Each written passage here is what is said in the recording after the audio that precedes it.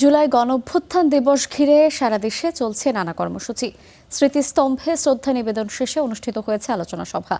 জুলাই শহীদ এবং আহতদের পরিবারকে দেওয়া হয়েছে সংবর্ধনাও।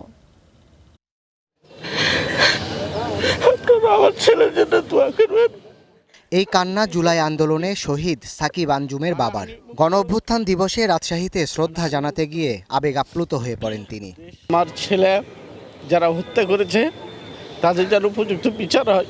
প্রত্যেকটা আন্দোলনকারী সন্তানেরা তাদেরকে 1971-এর মতো বীর মুক্তিযোদ্ধার মতো তাদেরকে সর্বোচ্চ সম্মান এবং সকল কিছু ভাতা প্রদান এবং চাকরির ক্ষেত্রে অগ্রাধিকার দেওয়া হবে।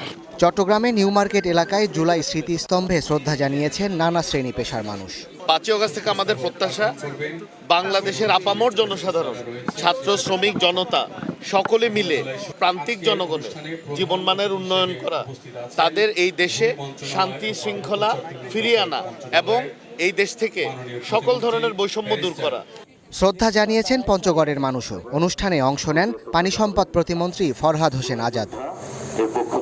জুলাই গণঅভ্যুত্থান দিবসে মাদারীপুরে শহীদ ও আহত পরিবারকে দেয়া হয় সংবর্ধনা।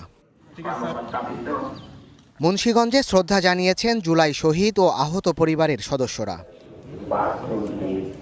জয়পুরহাটে জুলাই যোদ্ধাদের সংবর্ধনা, স্মৃতিচারণ সহ অনুষ্ঠিত হয়েছে আলোচনা সভা। ঝিনাইদহে র্যালি শেষে জানানো হয় শ্রদ্ধা। এ সময় হত্যাকাণ্ডের বিচার দাবি করেন শহীদ পরিবারের সদস্যরা।